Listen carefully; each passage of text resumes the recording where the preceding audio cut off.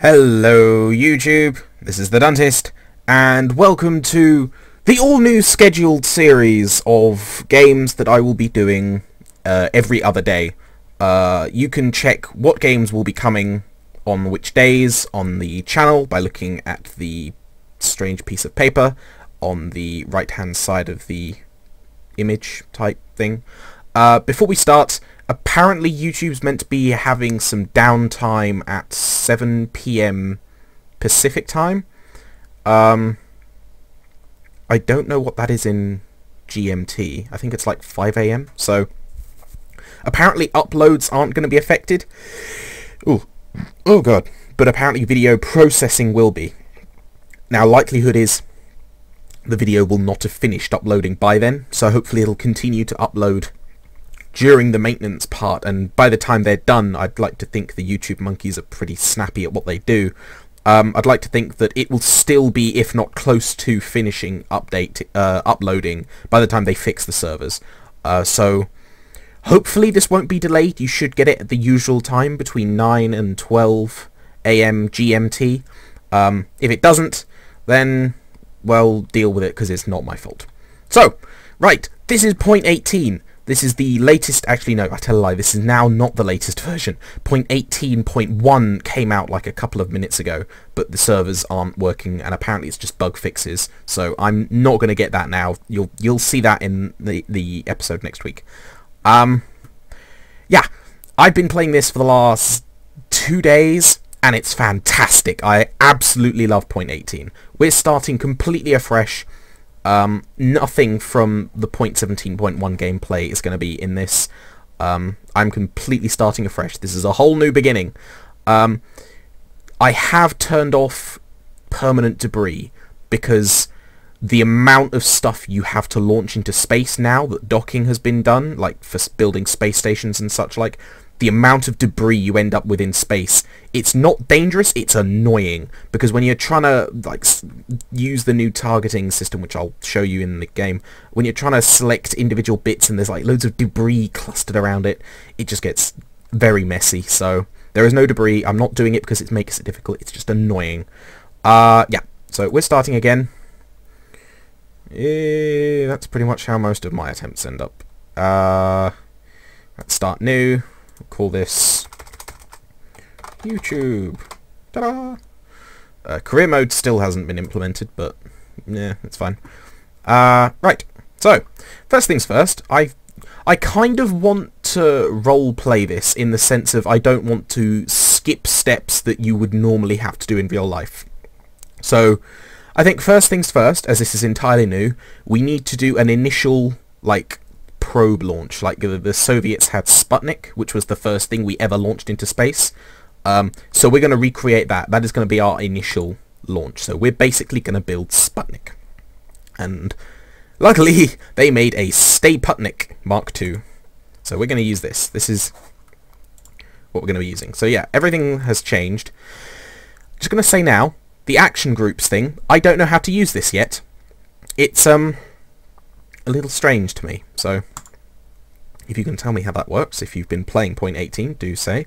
The layout has changed significantly. Ugh. You can now add more than one cockpit at a time, so that's feasible apparently. And then you can switch between which one does the controlling and such like, so you can have multiple probe cores attached at once, and they each do something.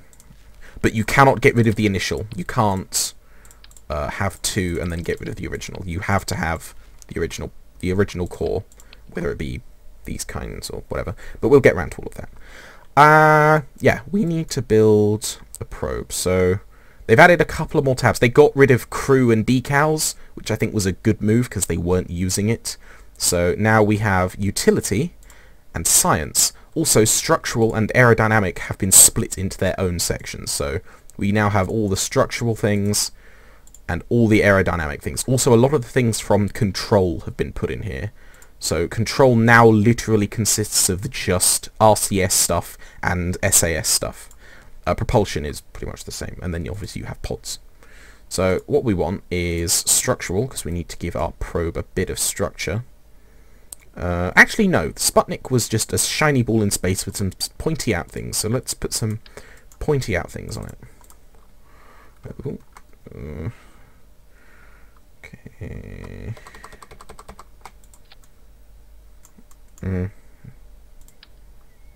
These do extend, just to let you know, so it will look like Sputnik. Okay, right. Now we need the smallest decoupler. Boop. And that should be it for the probe. So this will just fire the probe off. We're not going to have any kind of like control or anything like that. Tell a lie, it needs a battery. Oh wow, that's trippy. Okay, hold on. This does need a battery, to be fair. Yeah, electricity is one of the new big things, which sucks because electricity, you have to provide everything with electricity in some way, shape or form, and if you don't, your rockets will spontaneously just become inactive in space. So if you're trying to perform an about mooner burn, like you go behind the moon and you don't have enough electricity stored to make it around, your craft will suddenly stop responding to every control. RCS won't activate, SAS won't turn on or off, you can't move directions, so the internal gyroscopes stop working. You can't throttle up or down. Nothing can be deployed. Basically, you just get locked out of the controls unless you've got solar panels that then come into solar contact and generate electricity. So yeah, but there are loads of things that generate electricity, but we'll get onto that. This is the basics. We need something to suspend it a little higher because they're is that exposed battery pack, so we'll put that there to lift it off a bit. Right, now we can actually build the rocket. Ooh, that needs some kind of... Where has it gone? Ah. Well, that's like an adapter between the like probe stroke satellite sized parts and the standard smaller parts. Yeah, a lot of the textures and models for things have changed, but they essentially do the same things. Also, this is new. We've got big old fuel tanks now. And also they have these, like, elongated fuel tanks, so they do the same job as these, they're just twice the size. So they can make the part count lower. Also, they've cleaned up the UI massively. I love this. They, you know, in the old versions, like, you had everything that was on the ship listed. So struts and fuel lines were listed, whereas now only things that perform an action are listed, and I think that's brilliant because it's cleaned it up massively. Like, right now, the only thing that performs an action via spacebar is this decoupler. So that is the only thing listed. Makes it so much easier to plan out rockets. Rocket engine... The design for those have changed. Well, the standard design have changed. So the standard rocket, the gimbaling rocket. Wait, does that gimbal now? I think it might. No, it doesn't. That gimbals. That is the smallest rocket, and they've added a new tiny rocket for probes and stuff. Yeah, fuel also now comes in two halves: liquid fuel and the oxidizer. So if inexplicably you run out of one or the other, you're screwed because the engine won't function. You can have all the fuel you want, but if it doesn't oxidize, you've had it. Also, they've made that little funny... Ooh, that's way too big. They made the shroud decoupler I had completely redundant, because every time you now attach a decoupler, it instantly adds a shroud, which is awesome. Although they need to add some kind of shroud for the probe or satellites you're launching, because for now they just sit on top of the rocket, which does look a little odd, but yeah. Okay. Need more rocket.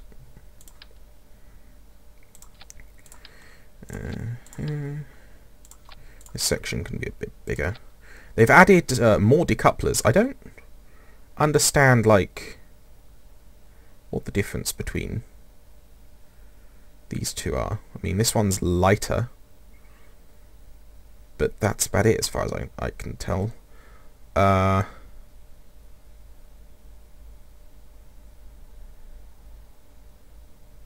I don't get what the difference is. I mean, that I don't know if it provides like a shroud. Oh, it's the... Oh, how big is that? Is that... Ooh. So what's the difference between that and that? I don't get it. Maybe this doesn't provide... Ah, maybe these don't provide shrouds, but that does. Oh, I'm confused. Whatever. Rocket. We need some assistant boosters. Yeah, they've changed that quite a bit. That now... This has like a really big amount of space between it and whatever you're trying to attach it to, so it makes it's better for the larger tanks, but for these smaller ones, these decouplers are perfectly fine. Use these.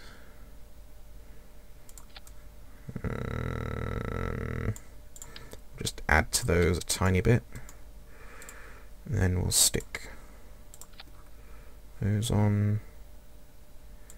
Just realised we want these to be the same height to make it look schmancy. There we go. Right. Oop.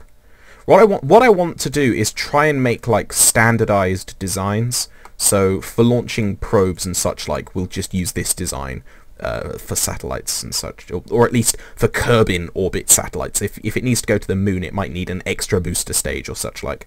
Then I want a standardized design for getting space station parts into orbit, and then eventually when we get round to it, we are going to build an interstellar ship in space. So we're going to launch parts of it into space and then connect them all together like a big Lego puzzle, and then fly it towards the sun.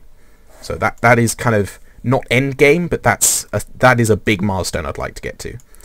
But first, you've got to think closer to home. I think we could probably do with... this should be enough, but I don't know, I quite like having a... I've realised I've missed out a massive section of the rocket. Oh, duh. I need SAS and normal SAS to prevent spinning. We need RCS. They've added these nice radial RCS fuel tanks now. They're 10 each. So if you have 4, then that's 40, obviously. Normal RCS. Also, they've got these really nice, like, dinky Vienna rockets, which they fire out down that way. They use hardly any fuel, but they make great stabilizers because they keep the rocket locked in place. So they're a wonderful alternative if you want a rocket that looks like an actual rocket and not something with wings all over it, which is often what happened in the older versions, because if you wanted stability, you had to have wings all over it.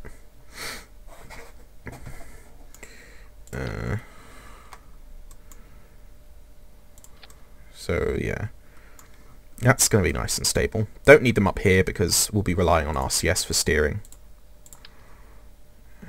Boop and boop. Lovely. I think that's everything we need. I think. I mean, there's obviously other stuff I can show you now, but I don't think I'll be worrying too much about that in the initial episode, because this is just the probe launch. All the more wonderful things will come later. All the good things come with time. I'm sorry also for the slight shift in upload schedules, because there was an extra day between this video and the last one.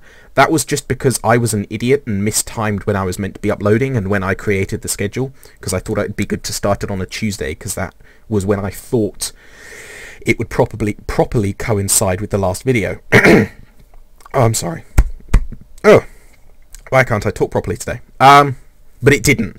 So it should have started on a Monday, but that ThatBizarreChild had already made the background, and I really didn't want to ask him to change it all over again. So I just took a day off. Think of it as that much.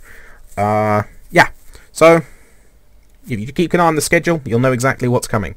We need to name this rocket. It is going to be...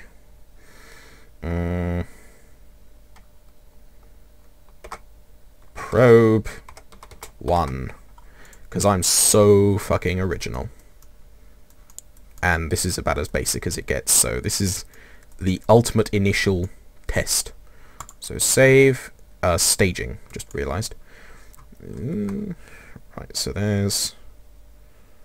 Why is that up there? That needs to be down there. Is those four need to be down there. Those four definitely need to be down there. Okay, so I don't know why those split up. That annoys me. And then paching, and then that fires. And then that'll hopefully be twing fired into orbit when it's in a correct orbit.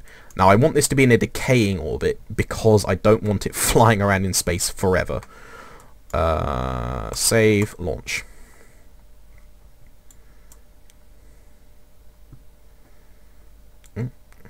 There we go, right. Oh, lag, there we go. Right. All nice and ready. SAS on, throttle up. Okie dokie. I'm not going to cover nodes and such like in this video, like all the maneuver system, because I won't need it for this simple style launching. But in later videos, when it becomes necessary for like constructing stations and such like, then I will show you, because it can take a while to explain, and I'm already quite a bit way through this video. So, yes. We're ready? 3, 2, 1, go!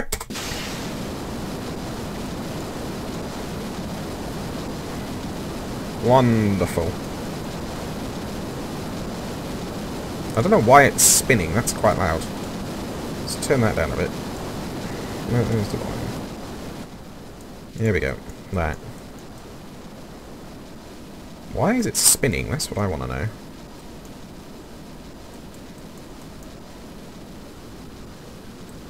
Yeah, also it lists fuel next to the engine that's using it. And also there's this new resource system. So, whoa, that's confusing. So this shows you liquid fuel and oxidizer. It burns at a different rate, so there is more oxidizer than liquid fuel. But because of the way it's done, they burn at the same rate. And means you don't have to worry about, oh, I've got to manage my liquid fuel and my oxidizer ratio. It's all sorted for you. Monopropellant is RCS, so that shows you how much monopropellant you have across the board. And electrical charge is how much electricity you have, obviously. So this rocket isn't generating or using any electricity right now, but how are we doing? Probe 1. I want to get to about... Yeah, that's fine. Okay.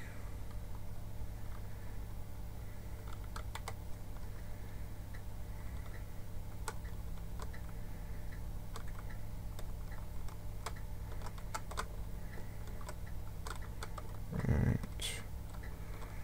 Let's get this ready.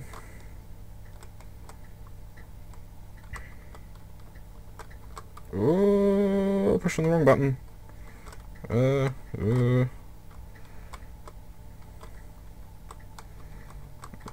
shit. Overshot just a wee bit. And there we go. Right. And all stable. Nice and lovely. Stay there. Jesus, that goes through RCS pretty damn quick. Burn. Why are you spinning again? Why? Why?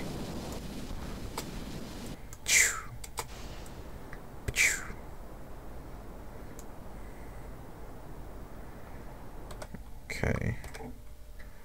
That's awesome. So when we get to about there, we're going to want to do another burn. Turn that off.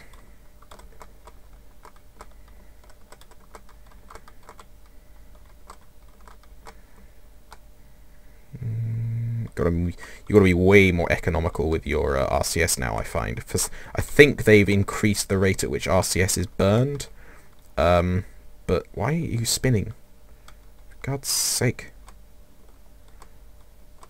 There we go. Right. So, turn off the RCS because you'll go through all of it. No, turn it off! Yeah, it's going down now. Yeah, pretty quick. And burn.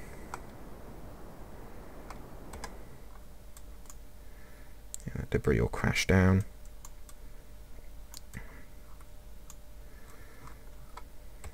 Okay. whatever orbit this gets into, if it gets into a complete orbit that is non-decaying, I'll have to, or if it gets to that point, I'll have to cancel it, because I don't want this flying around forever. I do want this to just go into space and then come back down. Yeah, I think I just explained myself twice. It's only fucking... It's not even 11 o'clock yet. Why am I so non-functioning? Probably because I've spent the last hour and a half trying to connect 2 bits of fucking space station together on my own version of the game, and Jesus Christ, it's hard. How are we doing? Okay.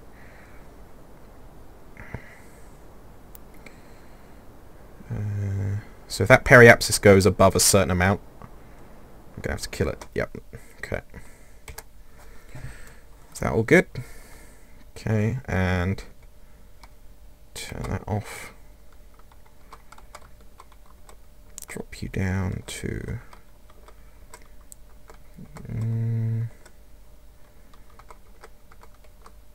there. All stable and lovely. Yep. Okay, and burn. That didn't work exactly as planned. Can I shimmy forwards? Must disconnect. This didn't go to plan. I need separatrons, really, to shove this stage away, because now it's like stuck. Okay, we're gonna have to try and roll off this. This isn't what I planned, but okay, whatever. Come on, off you come. Off you get. Whoop. Whee!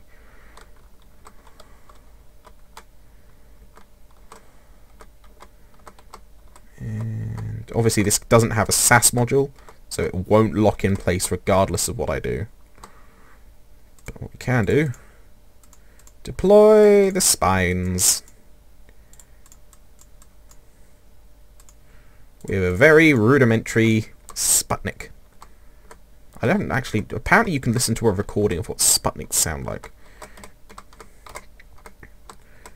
Maybe I should get it to play whilst we watch this drifting through space.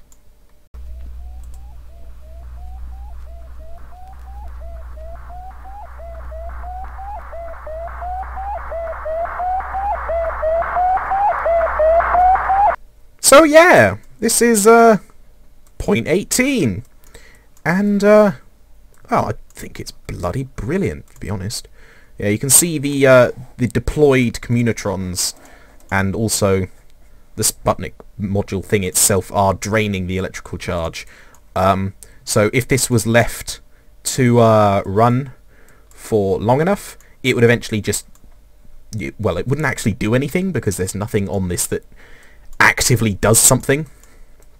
But yeah, it would essentially then become dead the moment the electricity ran out, and I would be unable to control it. So I wouldn't be able to move it. It would just drift until it died. So yeah.